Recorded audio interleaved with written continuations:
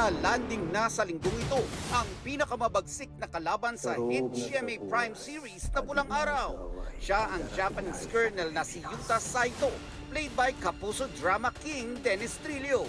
Panahon na upang rinisin na lahat ng dumi at kaburukan na dinara ng Amerika dito sa bayan na ito.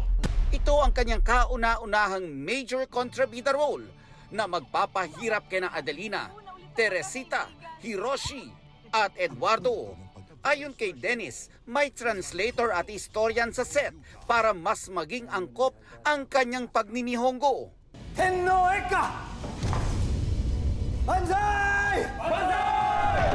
Pero time out muna sa mga maiinit na scenes for a quick icebreaker.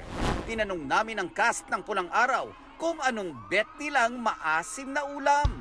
Sa inilabas na listahan na 100 best soups in the world ng online gastronomic database na Taste Atlas, number 17 ang sinigang, habang top 38 naman ang sinigang na baboy.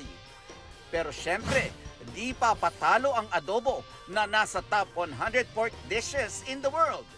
Team adobo o team sinigang ka ba? Sinigang. Halong hira. Team sinigang ako eh. Pero masarap talaga yung adobo. Sige na nga, adobo na lang.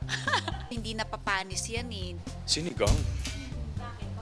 Oo, kasi meron akong fondest childhood memory nung buhay pa yung mom ko eh. Yung isang facet ng love na ipinapakita niya sa akin is through food, which is yung sinigang. Siyempre akong gusto yan, pero siguro doon tayo sa mas healthy, team sinigang.